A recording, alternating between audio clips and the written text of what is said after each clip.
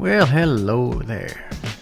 And here we have the first installment of Christians say the darndest things. Earlier in the week, I was dealing with an amazing example of a Dollar General apologist who decided to leave me this nice, encouraging little comment. What do the Jews say to lose everything? The temple, priesthood in Jerusalem. Crucify him. Whenever I pressed him to produce any proof of this, any proof of the claim he was making, the only thing that he could respond with was, It happened. Now, I'm not going to bore y'all with the back and forth between the two of us, because I'm sure y'all can see the closest to a brainstorm this guy's ever going to have is a light drizzle. But whenever he left this response, I had to share this example of Christian Darwinism in effect. So without further ado, let's go ahead and get into the comment that is the reason for this video.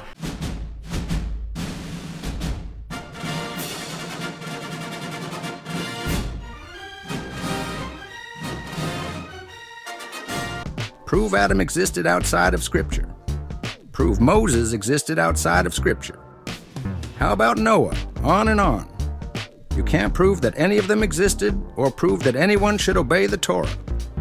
Whatever you say, whatever your unbelief about the New Testament is multiplied when referring to the Tanach and the Torah in particular.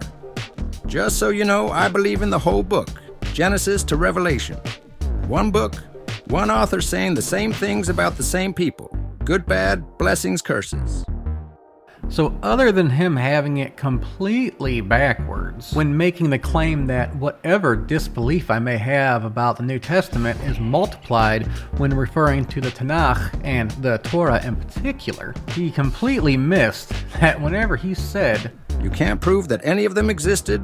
By default, he can't prove his own Messiah because Noach and Adam are in the genealogy of Jesus, according to the book of Luke in the 3rd chapter.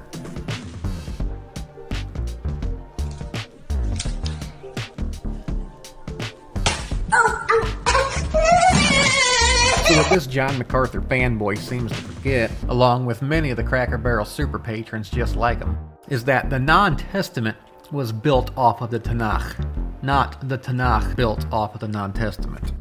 The non-Testament could be 100% false, as it is, and the Tanakh would be completely fine. However, if there was any errors in the Tanakh, well, the non-Testament would have to bear those errors. And if the Tanakh was false, then by default, the non-Testament would be false as well.